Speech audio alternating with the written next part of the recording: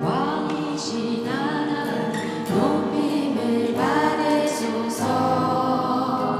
찬양하리라 영원히 높임을 받으실 그 이름 찬양하리라.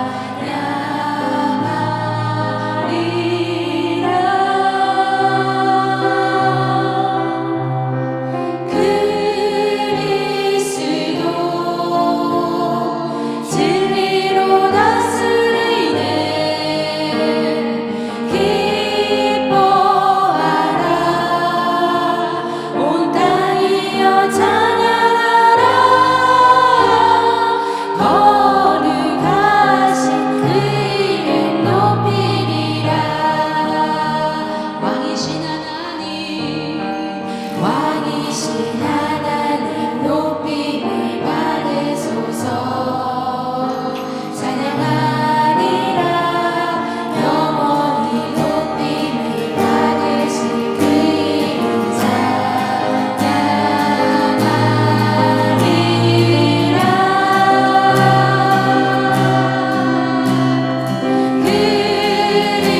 그리스도 진리로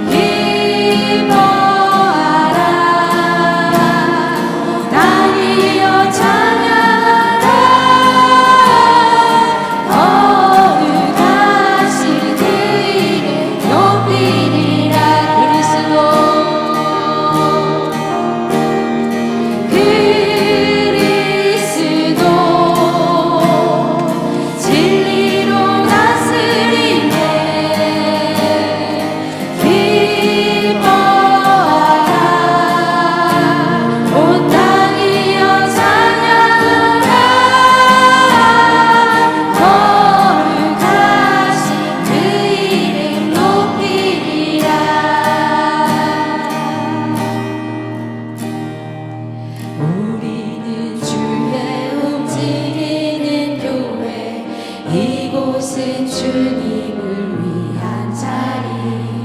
내가 기도하는 모든 땅 위에서 하나님 예배받을 그날을 고대하네. 우리는 주의 움직이는 교회. 이곳은 주님을 위한 자리.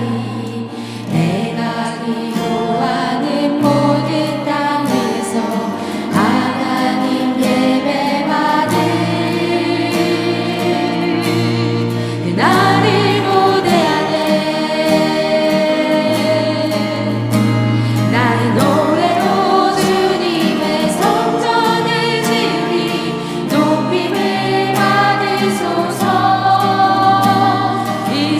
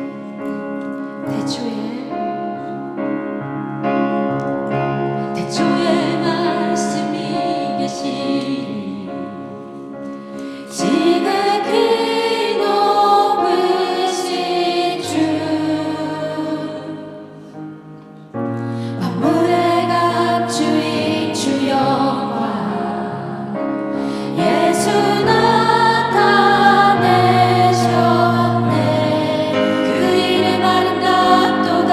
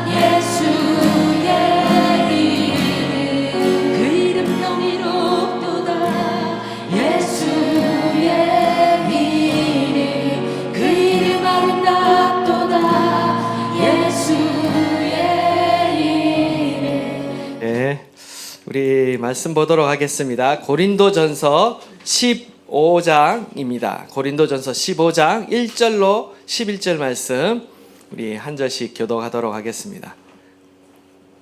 고린도전서 15장 1절로 11절 말씀. 형제들아, 내가 너희에게 전한 복음을 너희에게 알게 하노니 이는 너희가 받은 것이요 또 그 가운데 선 것이라.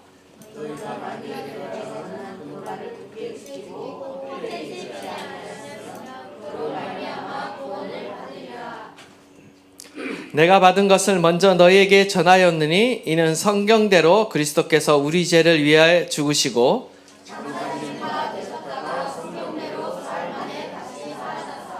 게바에게 보이시고 후에 12 제자에게와 그 후 500여 형제에게 일시에 보이셨나니 그 중에 지금까지 대다수는 살아있고 어떤 사람은 잠들었으며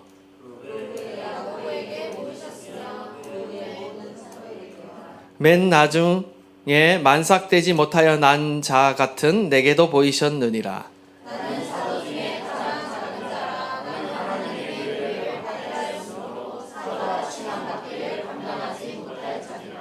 그러나 내가 나 된 것은 하나님의 은혜로 된 것이니 내게 주신 그의 은혜가 헛되지 아니하여 내가 모든 사도보다 더 많이 수고하였으나 내가 한 것이 아니요 오직 나와 함께 하신 하나님의 은혜로다. 나나 그들이나 이같이 전파하매 너희도 이같이 믿었느니라. 아멘. 예, 우리 한번 인사하도록 하겠습니다. 예수 부활하셨습니다. 우리 한번 좌우 앞뒤로 한번 인사하겠습니다. 예수 부활하셨습니다. 아멘. 예, 예수님께서 모든 죄와 사망의 권세를 이기시고 부활하신 날입니다. 우리가 예수님의 그 부활로 인해 저와 여러분도 바로 죄와 사망의 권세에서 해방되었고요. 우리는 또한 승리하는 삶을 살아갈 수 있게 되었습니다. 매주 우리가 예배 때마다 사도신경을 암송하고 있는데 부활에 대한 믿음을 우리가 사도신경 가운데 고백하고 있습니다. 장사된 지 사흘 만에 죽은 자 가운데서 다시 살아났었으며 그리고 죄를 용서받는 것과 몸의 부활과 영생을 믿습니다 라고 우리가 사도신경 때 고백하고 있습니다. 부활의 신앙을 우리가 고백하고 있는데요. 여러분 부활을 믿으시죠? 예수님의 부활도 믿으시고 또한 나 자신 예수님을 믿는 자들에게도 부활이 있음을 우리는 믿고 있습니다. 예수님의 부활과 또한 그를 믿는 성도들의 부활은요, 기독교 신앙의 핵심입니다. 부활을 고백하지 않는 기독교는 기독교가 아니다라는 거죠. 우리는 부활 신앙을 고백하는 것에 그쳐서는 안 됩니다. 부활 신앙은요, 이론에 그치는 것이 아니라 우리의 일상생활에서도 경험되는 진리로 나타나야 한다라는 겁니다. 부활하신 주님이 나에게 충만하게 임하셔서 우리의 삶이요, 바로 이 부활의 소망 가운데 우리는 살아가야 한다라는 건데요. 바로 이 부활의 능력을 통해 우리는 현실의 고통을 견디며 이기는 삶으로 나타나야 하고요. 또한 우리는 부활을 믿기 때문에 오늘 나의 삶의 자리에서 절제하는 삶을 살아가고 거룩한 삶을 살아가고 사랑과 나눔과 헌신의 삶을 살아간다라는 것입니다. 이 모든 것이 의미 있기 위해서는요, 바로 부활이 전제되어 있다라는 거예요. 우리의 삶 안에 부활이 전제되어 있습니다. 부활 신앙이 기독교 신앙 중에서 가장 핵심적인 진리이지만 이 예수님의 부활은 계속해서 도전을 받아왔습니다. 예수님 당시에도 사두개인들은 부활을 믿지 않았어요. 2000년 동안 다양한 사람들이 이 예수님의 부활을 부인해 왔습니다. 예수님이 사실은 십자가에 죽은 것이 아니라 잠시 절도한 것이다. 제자들이 예수님의 시신을 훔쳐간 것이다. 제자들이 예수님을 미화해서 부활을 꾸며냈다. 제자들이 예수님의 죽음 이후에 깊은 슬픔에 빠져서 환각 체험을 했다. 예수님의 부활을 부정하려는 수많은 시도들이 있었고요. 수많은 이론들이 나왔습니다. 1세기 고린도 교회 안에도 부활에 대해 믿지 않거나 회의적인 태도를 가진 자들이 교회 안에도 있었던 것 같아요. 어떻게 해서 부활에 대해 이렇게 회의적인 태도로 가지게 되었는가? 명확하지는 않지만 아마도 그 당시에 유행하던 헬라 사상의 영향이 교회 안에 미쳤던 것 같습니다. 헬라 사상의 영향으로 인해 전통적으로 헬라 사상은요, 영원 분멸은 믿지만 육체의 부활은 부인했습니다. 헬라 철학의 전통은요, 영혼의 가치에 비해 어떤 몸을 천시하고 심지어 몸과 물질을 악의 근원으로까지 여기는 경향이 있었어요. 물질을 악하게 보았다라는 거죠. 따라서 이러한 헬라 사상의 영향을 익숙히 받았던 사람들이 이 영혼의 불멸은 매력적이지만 몸의 부활에 대해서는 결코 그거에 대한 소망을 가지지 않고 부인하는 결과를 가져왔어요. 그래서 심지어 이단 중에 예수님이 육체의 몸을 입고 이 땅 가운데 오셨다라는 것을 부인하는 사람까지 나타났어요. 그런 이단들까지 나타났죠. 예수님을 이제 아예 신격화해서 예수님 신이시지만 육체로 오신 인간으로 오신 예수님을 부인하고 어떤 가연설을 주장했습니다.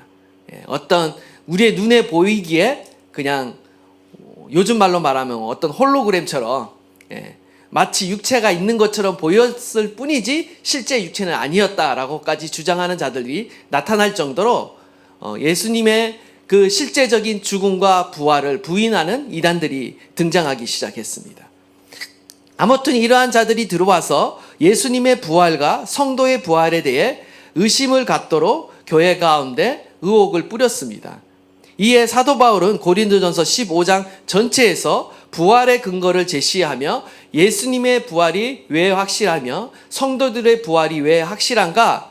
우리가 왜 부활을 믿는 사람으로 살아야 하는가? 어떻게 살아야 하는가에 대해서 말씀하고 있다라는 것입니다. 우리는 오늘 말씀을 통해 부활 신앙을 다시 한번 우리 스스로 점검해보고 또 더욱 확신을 가지고 우리가 부활 신앙 가운데 살아가는 저와 여러분 되시기를 간절히 축원합니다. 먼저 바울이 부활의 그 믿음을 증명하고 있는 변증하고 있는 첫 번째 근거로서요, 성경에 의한 변증을 합니다. 우리 1절에서 4절 말씀을 한번 다시 다 함께 봉독하도록 하겠습니다. 시작. 형제들아, 내가 너에게 전한 복음을 너에게 알게 하노니 이는 너희가 받은 것이요 또 그 가운데 선 것이라. 너희가 만일 내가 전한 그 말을 굳게 지키고 헛되이 믿지 아니하였으면 그로 말미암아 구원을 받으리라. 내가 받은 것을 먼저 너희에게 전하였노니 이는 성경대로 그리스도께서 우리 죄를 위하여 죽으시고 장사 지낸 바 되셨다가 성경대로 사흘 만에 다시 살아나사. 지금 사도 바울이 고린도 교인들에게 전한 그 복음을 다시 상기시키면서 그 복음의 말씀을 고린도 교인들이 굳게 지키고 믿으면 바로 그 복음으로 인해 구원을 받을 것이다 라고 다시 한번 이렇게 확증하면서 말합니다. 그런데 지금 사도 바울이 그 부활을 증명하기 위해서 무엇을 갖다 대냐면 성경 말씀을 갖다 대고 있는 겁니다. 내가 너희에게 전한 복음이라고 말하는데 사도 바울이 고린도 교회에게 전한 복음은 무엇입니까? 그 핵심이 3절 4절에 나타나는데 바로 성경대로 그리스도께서 우리 죄를 위해 죽으셨고 성경대로 장사 지낸 바 되셨고 성경대로 사흘 만에 다시 살아나셨다라는 겁니다. 성경대로 죽으셨다라는 것은요, 예수님의 죽으심이 우리의 죄를 위한 죽으심이라는 거예요. 대속적 죽음이라는 거예요. 어떤 돌발적인 사고에 의해서 죽으신 것이 아니라는 거죠. 어떤 정치적인, 종교적인 암투에 의해, 음모에 의해 죽은 죽음이 아니라 성경에 이미 예언된 대로 우리의 죄를 사하시기 위해서 하나님의 구속의 계획 가운데 의도적으로 돌아가셨다라는 것을 분명히 밝히고 있는 것입니다. 성경대로 죽으셨고 성경대로 살아나셨습니다. 여기서 말하는 성경은 구약 성경을 가리키겠죠. 십자가의 죽음과 부활이 이미 구약 성경에 예언되어 있고 그 예언에 따라 부활 사건이 또한 일어난 것입니다. 예를 들어 이사야 53장 5절과 6절 말씀을 보면 그가 찔림은 우리의 허물 때문이요 그가 상함은 우리의 죄악 때문이라. 그가 징계를 받음으로 우리는 평화를 누리고 그가 채찍에 맞음으로 우리는 나음을 받았도다. 우리는 다 양 같아서 그릇 행하여 각기 제 길로 갔거늘 여호와께서는 우리 모두의 죄악을 그에게 담당시키셨도다. 이사야 선지자는 예수님이 오시기 전 700년 전에 이미 예수님의 죽음을 예고했습니다. 예수님이 당하시는 그 고난과 죽음은 우리의 허물과 죄악 때문에 대신 감당하는 징계였다라는 거예요. 십자가는 우리의 모두의 죄악을 담당하는 사건이었습니다. 예수님의 부활도 마찬가지입니다. 시편 16편 10절에 이는 주께서 내 영혼을 수월에 버리지 아니하시며 주의 거룩한 자를 멸망시키지 않으실 것임이니이다. 이 말씀처럼 예수님은 죽음 가운데 머물러 있지 아니하고 다시 살아나게 되시는 거죠. 성도의 부활도 성경 가운데 나오고 있습니다. 암시되어 있는데요.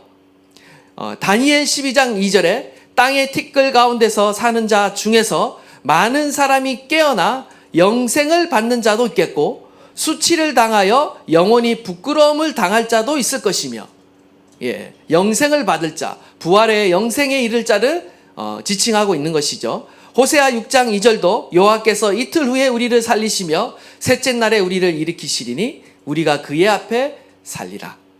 이스라엘의 어떤 다시 살아나는 것, 부활에 대해서 말씀하고 있는데 결국 그리스도 안에서 성취되게 되는 것입니다.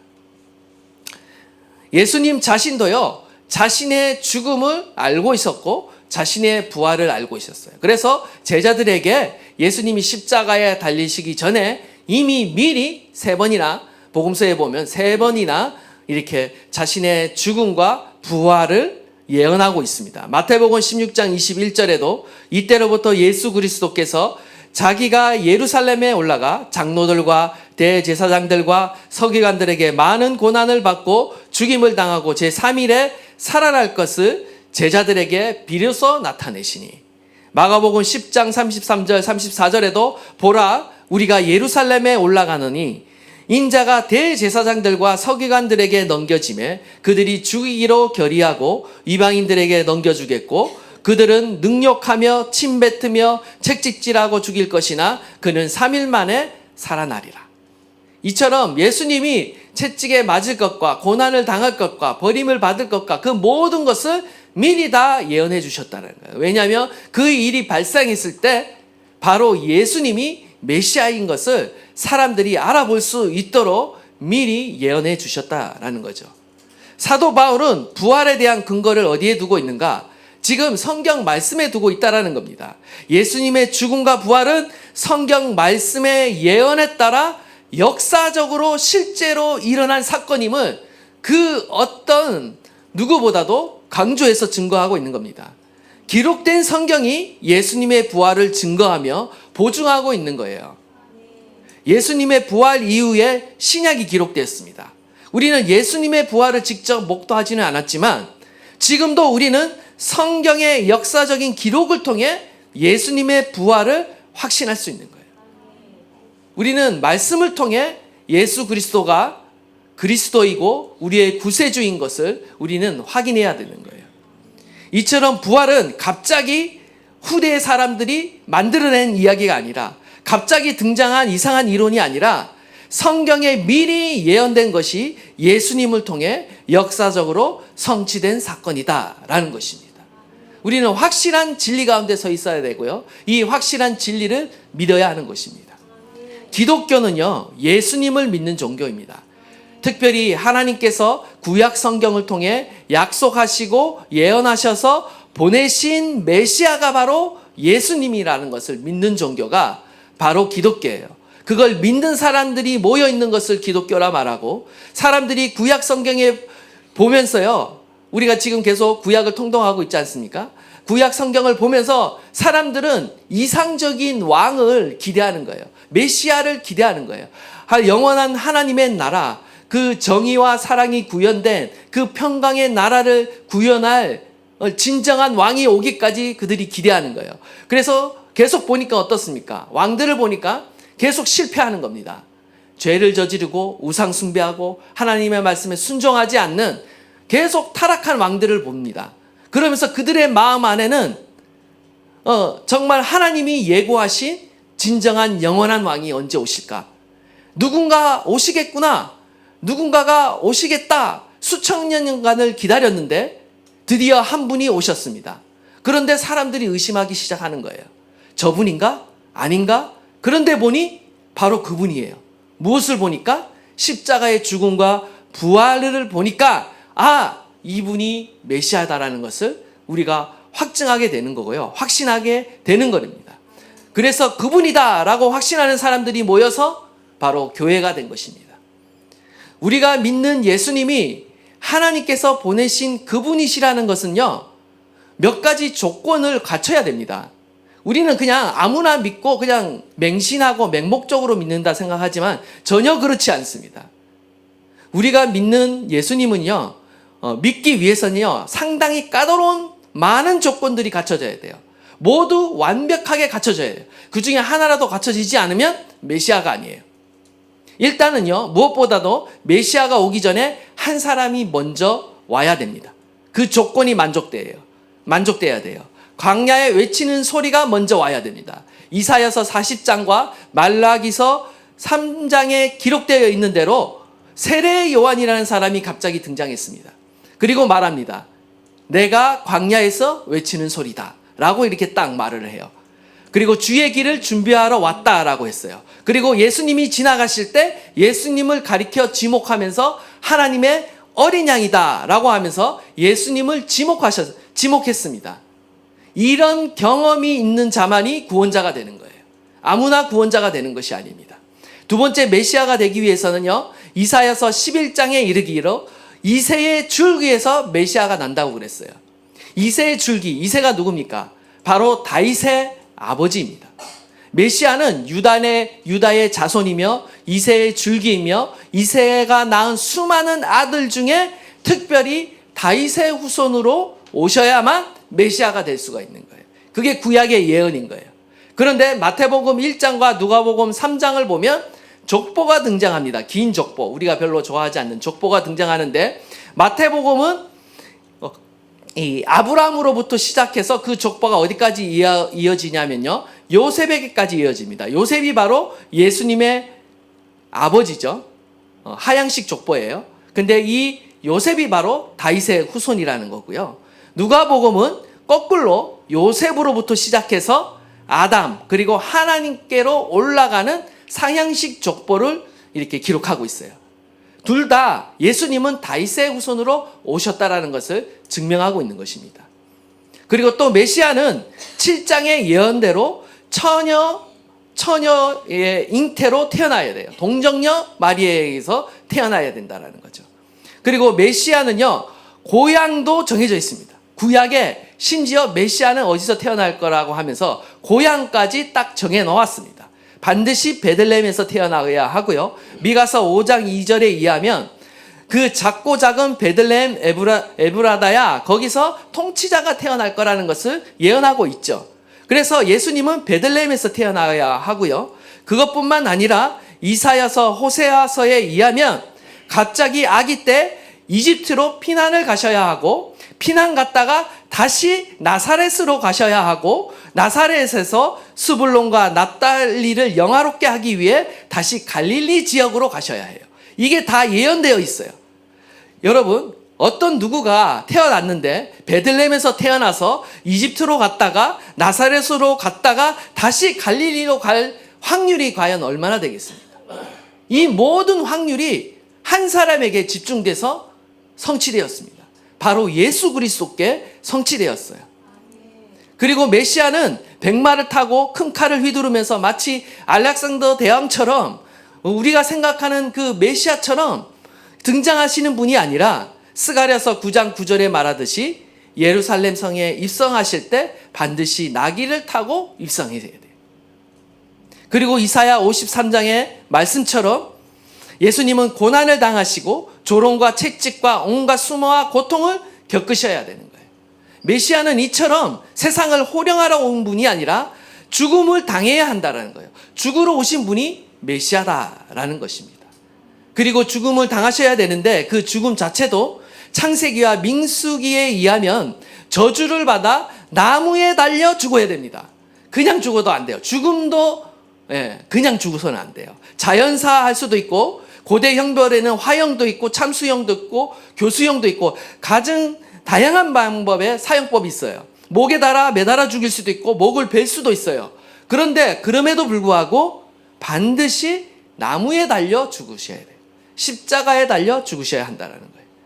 십자가에 달려 죽어도요. 시편 22편에 보면 그 뼈가 절대로 꺾이면 안 돼. 또 죽는데 그냥 죽는 게 아니에요. 뼈가 꺾이면 안 돼. 예수님의 옆에 달린 두 강도가 뼈가 꺾였습니다. 왜냐하면 십자가에 달려 있었지만 오랫동안 달려 있었지만 그 다음 날이 유대인들에게는 안식일이니까 빨리 십자가에 달려 있는 사람들이 아직 목숨이 붙어 있으니까 빨리 죽여서 빨리 이제 십자가에서 내려달라. 부정 탄다. 이렇게 유대인들이 요구를 하는 거예요. 그러니까 사람들이 아직 다 숨이 붙어 있지만 빨리 죽이기에 그 뼈를 다 꺾었어요. 근데 예수님은 딱 보니까 이미 숨을 거두셨어요. 그래서 뼈를 꺾지 않았다라고 되어 있어요. 근데 이것은 바로 뼈가 꺾이지 않을 것이라는 그 예언의 말씀을 성취하는 일이었다라는 것입니다. 그리고 이사야 53장 9절에 의하면 메시아는 죽어서 반드시 부자의 무덤에 묻혀야 했습니다. 마태복음 27장에 의하면 아리마대 요셉, 부자 요셉이 이 예수님의 시신을 자신의 무덤에 안치한 것으로 기록되어 있습니다. 그리고 메시아는요, 시편 16편 10절에 우리가 이미 봤듯이 음부의 검새 가운데 묶여 있으면 안 되고요, 멸망을 당하면 안 됩니다. 반드시 죽음을 이기고 부활하셔야 되는 겁니다. 이처럼 우리는 예수님을 메시아라고 알아볼 수 있는 수많은 증거들을 우리는 갖고 있다. 말씀을 통해 갖고 있다. 이거는 부인할 수 없다. 아무나 믿는 것이 아니라 우리는 근거 있는 믿음으로 예수 그리스도를 믿고 있는 줄 믿습니다. 예언의 말씀을 근거로 해서 우리는 확신을 갖고 있고 우리는 믿어야 하는 것입니다. 2000년 전 팔레스타인 지역에 이스라엘 땅을 걸었던 그 예수가 바로 그토록 수천 년간 예언했던 인류를 구원한 메시아, 예수 그리스도가 바로 메시아이시다. 우리의 구원자라는 것을 우리는 알고 확인하고 믿고 있다는 것입니다. 미신을 믿는 것이 아닙니다. 맹목적으로 믿는 것이 아닙니다. 살아계신 하나님의 말씀을 따라 우리는 믿고 있어요. 오늘도 이 말씀을 보니까 말씀대로 다 이루어진다라는 사실을 우리가 발견하게 되고요. 여기까지 말씀대로 이루어졌으니 앞으로 다시 예수님이 재림하시겠다는 예언도 우리는 확실히 이루어질 거라는 것을 우리는 확신할 수 있어요. 그리고 성도들이 부활할 거라는 것도 확신할 수 있어요. 그러니까 우리는 하나님의 말씀, 예언에 따라 확신 가운데 살아가는 백성입니다. 그리고 오늘 우리가 하나님의 말씀을 믿는 이유는 이 말씀이 그냥 말씀이 아니라 살아 역사하시는 말씀이구나. 이 말씀이 우리의 삶에 오늘도 살아 역사하구나. 예수님을 믿고 이 살아계신 하나님의 말씀을 믿는 자는 이 말씀이 오늘도 나의 삶에 역사한다는 사실을 믿기 때문에 여러분이 말씀을 듣고 있고요. 그 말씀에 순종하면서 살아가는 것입니다. 오늘도 부활의 능력으로 주님이 저와 여러분과 함께하는 줄 믿습니다. 그리고 이 말씀을 믿는 자의 삶 안에 살아계신 하나님의 말씀이 오늘도 여전히 나타나고 있는 줄 믿습니다. 저와 여러분이 부활의 주님을 더 깊이 많이 체험할 수 있기를 바라고요. 살아있는 말씀의 그 능력을 우리의 삶에 더 많이 경험할 수 있기를 주님의 이름으로 축복합니다. 두 번째, 사도 바울이 제시하는 부활에 대한 두 번째 근거는 목격자에 인한 변증입니다. 5절에서 우리 8절 말씀 다 함께 읽겠습니다. 시작. 500여 형제에게 일시 보이셨나니 그 중에 지금까지 대다수는 살아있고 어떤 사람은 잠들었으며 그 후에 야고보에게 보이셨으며 그 후에 모든 사도에게와 맨 나중에 만삭되지 못하여 난 자 같은 내게도 보이셨느니라. 아멘. 지금 바울은 예수님의 부활을 목격한 자들이 있다라고 말하고 있어요. 부활하신 예수님을 직접 목격한 증인들의 그 명단이 지금 공개되고 있는데, 개바라고 말하는데 바로 베드로를 말하는 거죠.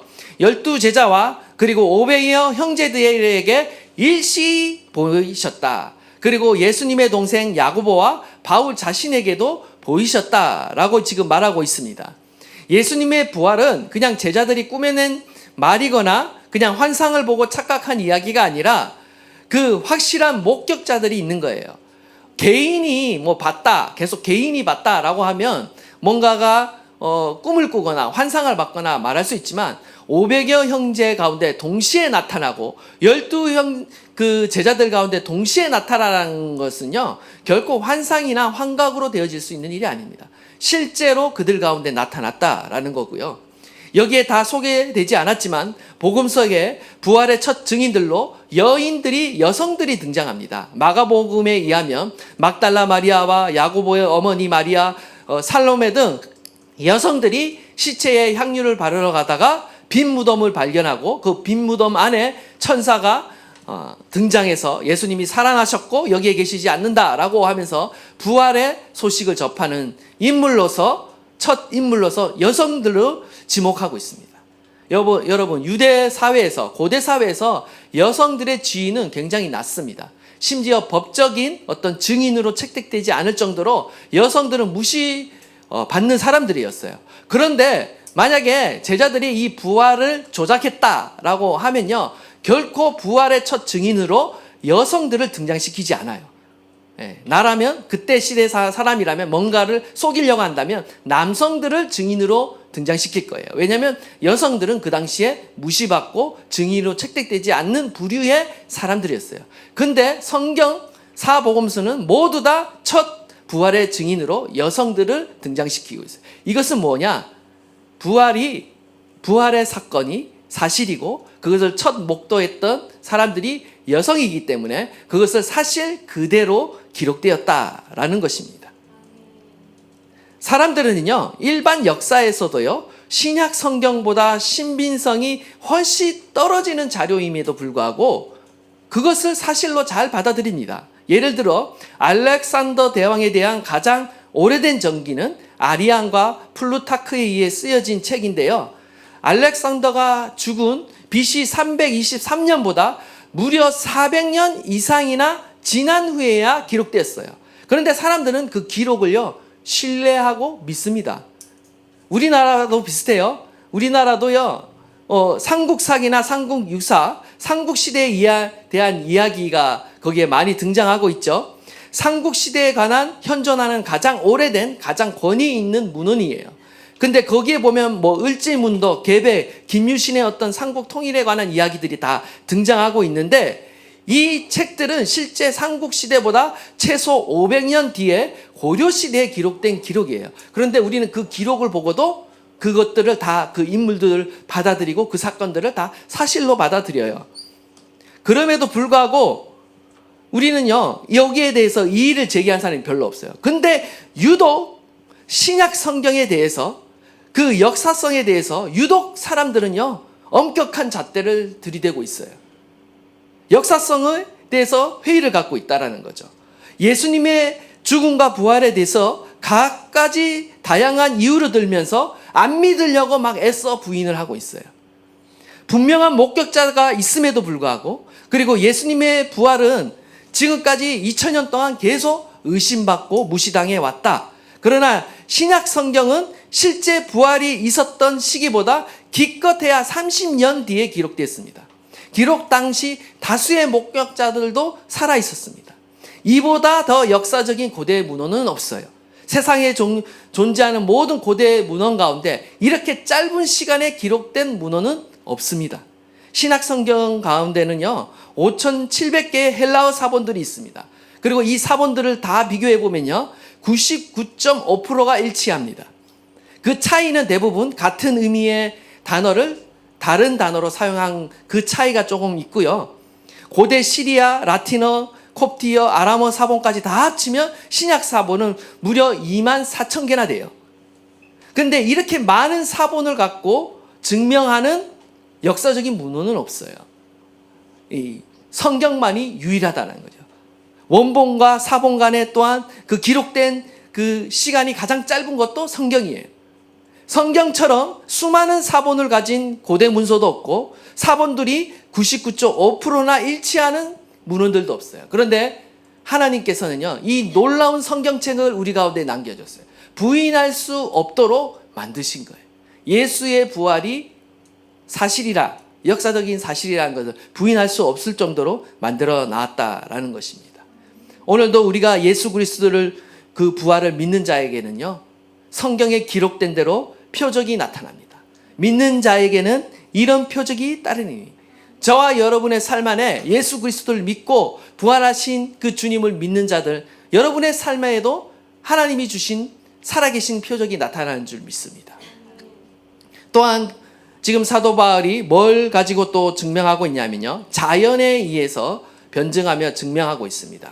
우리 35절에서 38절 말씀 다 함께 읽겠습니다. 시작.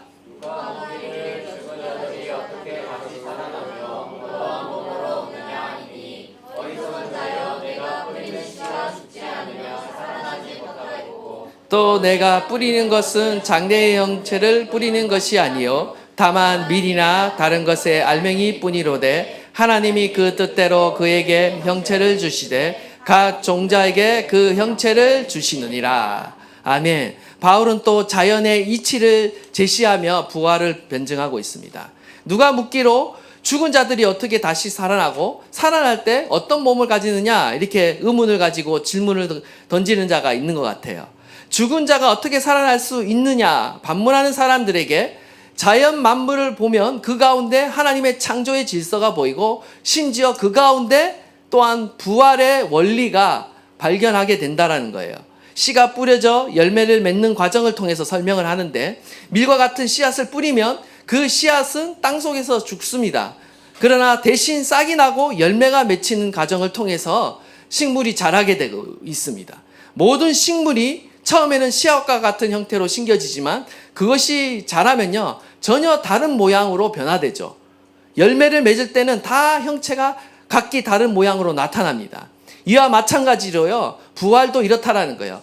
우리가 지금은 이 몸은, 지금 우리 현재 가지고 있는 이 몸은요, 씨앗과 같다라는 거예요. 죽음은 끝이 아니라 새로운 생명의 시작이라는 것입니다. 씨앗이 죽고 열매가 나오듯이 이 사람도 육의 몸이 죽고 신령한 몸으로 다시 살아나는 날이 올 거라는 거예요. 부활은 자연의 이치에 맞지 않는 이상한 현상이 아니라는 거예요. 우리가 부활할 때 하늘에 속한 형상을 입게 될 거라고 말하고 있습니다. 40절 보시면 하늘에 속한 형체도 있고 땅에 속한 형체도 있으나 하늘에 속한 것의 영광이 따로 있고 땅에 속한 것의 영광이 따로 있으니 육의 몸으로 씻고 신령한 몸으로 다시 살아나느니 육의 몸이 있은지 또 영의 몸도 있느니라. 우리가 흙에 속한 자의 형상을 입은 것 같이 또한 하늘에 속한 이의 형상을 입으리라. 여러분 믿으십니까? 예, 예수님을 믿는 사람들 중에서 간혹 이런 분이 있어요. 그냥 우리의 영혼이 살아서 그냥 천국에서 영혼이 산다. 그래서 영혼의 형태로 존재한다라고 생각하시는 분이 있어요. 그렇지 않습니다. 주님은 분명하게 몸의 부활을 말하고 있어요. 근데 그 몸이라는 게 지금 우리가 생각하는 몸은 아닐 거예요. 영원히 사는 불사의 몸이니까 어떤 영체를 가지고 우리는 부활하게 된다라는 것을 분명히 말하고 있는 것입니다. 병든 자, 연약한 자의 소망이 바로 여기에 있는 거예요. 육체의 쇠약함으로 죽어가는 이들의 미래가 바로 여기에 있는 것입니다. 믿음 때문에 박해받고 숨겨받는 자들의 위로가 바로 여기에 있는 것입니다. 우리는 영원히 멸망하지 않을 영광스러운 몸으로 변화하게 될 것입니다. 마지막으로 사도 바울이 증거하고 있는 것은 바로 제자들의 헌신에 의한 변증, 제자들의 헌신하는 모습이 믿는 성도들의 삶의 모습이 바로 부활의 증거라는 거예요. 확실한 증거라는 거예요. 우리 9절과 10절 말씀 다 함께 읽겠습니다. 시작. 사도 중에 가장 작은 자라 나는 하나님의 교회를 박해하였으니 사도라 칭함받기를 감당하지 못할 자니라. 그러나 내가 나 된 것은 하나님의 은혜로 된 것이니 내게 주신 그의 은혜가 헛되지 아니하여 내가 모든 사도보다 더 많이 수고하였으나 내가 한 것이 아니요 오직 나와 함께 하신 하나님의 은혜로라. 아멘. 논리적으로 생각해 볼 때 만약 이 그리스도의 부활이 없다면 그리스도인의 믿음은 다 헛된 것이 되고요. 복음 전파는 사기가 되고요. 복음을 전하기 위해 여러분이 오늘도 열심히 수고하고 애쓰고 봉사하는 그 모든 노력들은 다 헛된 것입니다. 예수 믿는 사람이 가장 불쌍한 자들인 것이죠. 바울은 이러한 점을 들어서 부활이 사실임을 오히려 역설적으로 말하고 있는 거예요. 사도 바울은 그리스도인들이 핍박하고 교회를 박해하던 자였습니다. 그리스도를 믿는 자들을요 잡아 옥에 가두고 어떤 공문을 가지고 또 다메섹으로 갈 정도로 교회를 전멸시키려고 노력하던 자였어요. 열심을 다하던 자였어요. 그런 그가 부활하신 주님을 만나자 완전히 변화되죠. 이방인의 사도가 됩니다. 그리고 복음을 전하는 그 수고를 아끼지 않아요. 심지어 온갖 핍박과 멸시를 감당하면서 그 일을 하게 됩니다. 그 전에 사도 바울은 어땠던 자들입니까? 그는 세상에 내놔도 전혀 부러울 곳이 없던 자들이었어요. 랍비인, 그때의 최고의 랍비인 가말리엘 문화에서 율법 교육을 받았습니다. 한마디로 종교적으로 사회적으로 엘리트였어요. 그런 그가 부활하신 예수 그리스도를 만난 후 완전히 변화됐어요. 자신이 갖고 있는 특권을 다 버렸습니다. 포기했습니다. 온갖 수모와 어려움을 당하며 부활의 증인이 되었어요.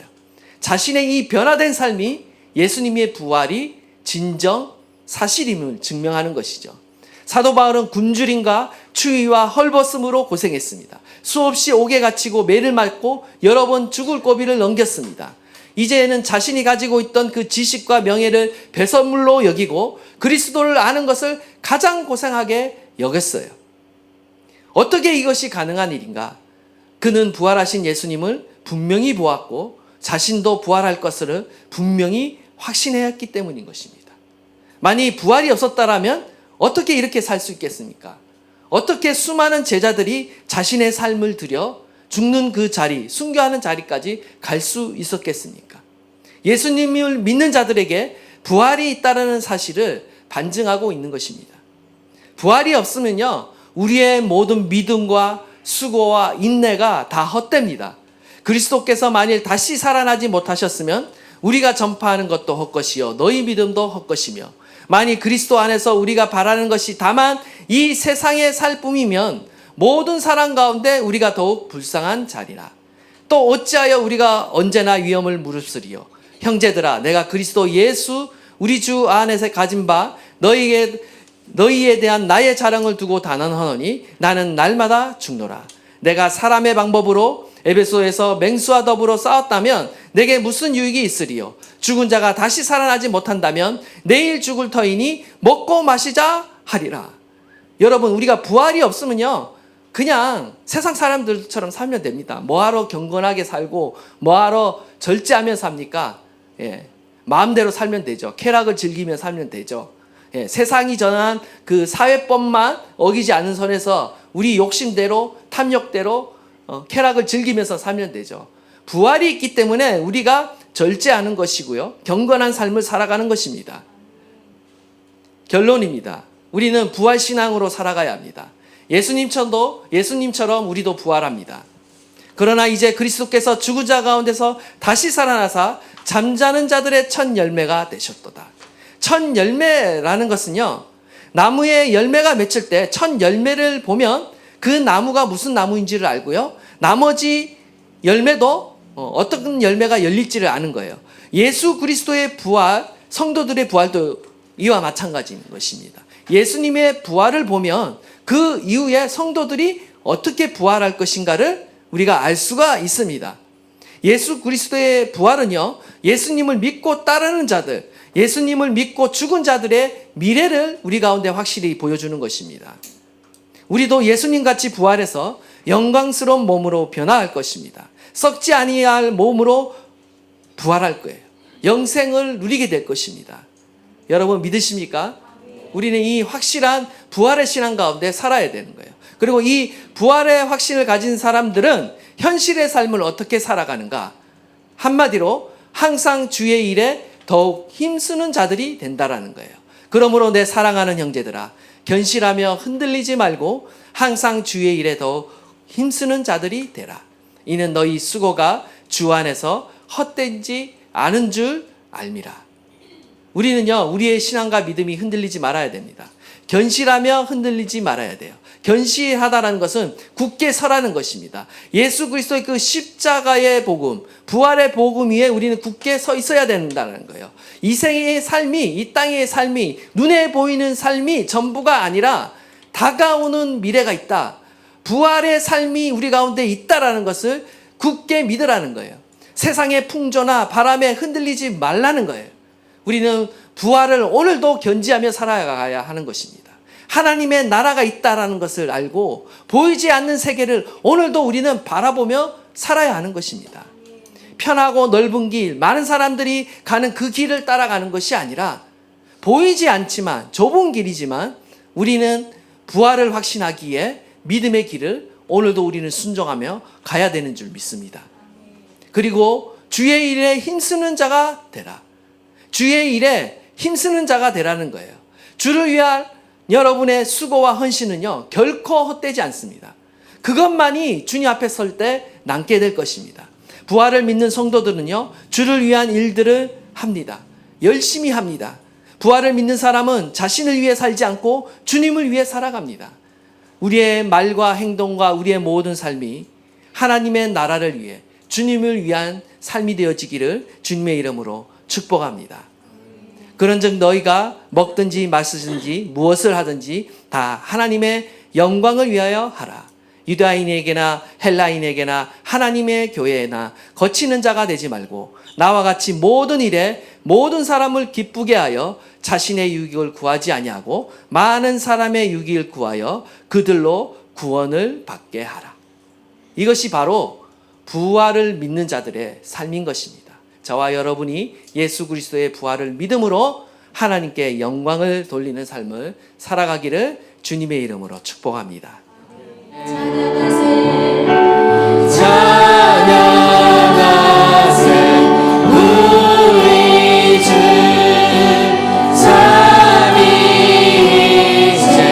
하나님 지극히도 크신 주 영원토록 찬양합니다.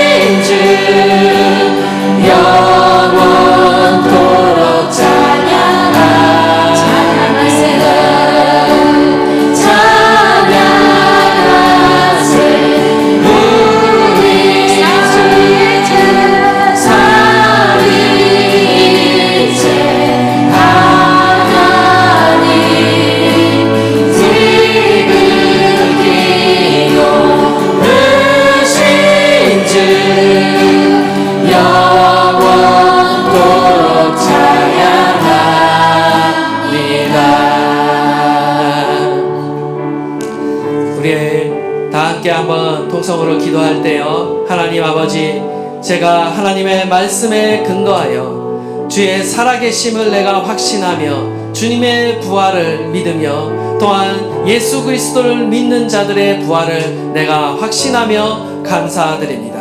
하나님, 오늘의 삶이 시련과 고난과 힘든 삶일지라도 부활의 그 소망 가운데 승리하는 삶을 살아가게 하여 주십시오.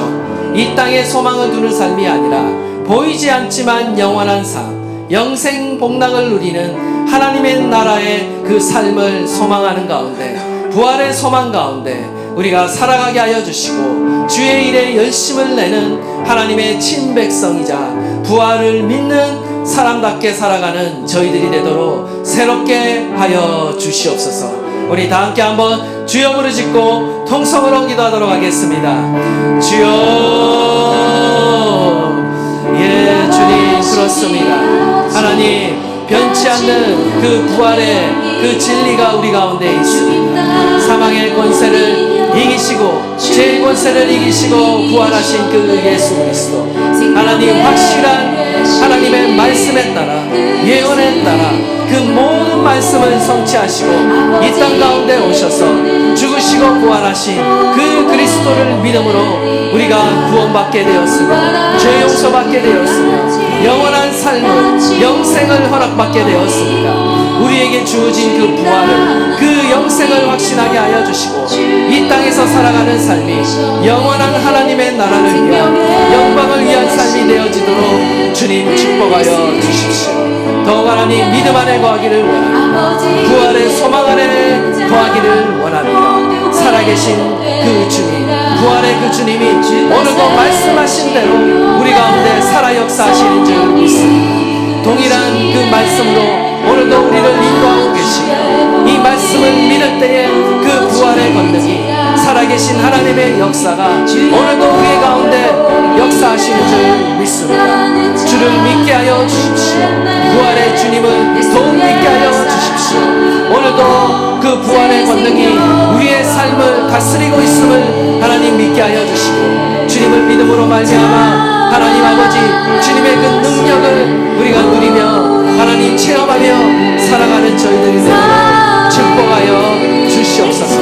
흔들리지 않는 믿음을 갖게 하여 주시옵시고 세상의 풍조 가운데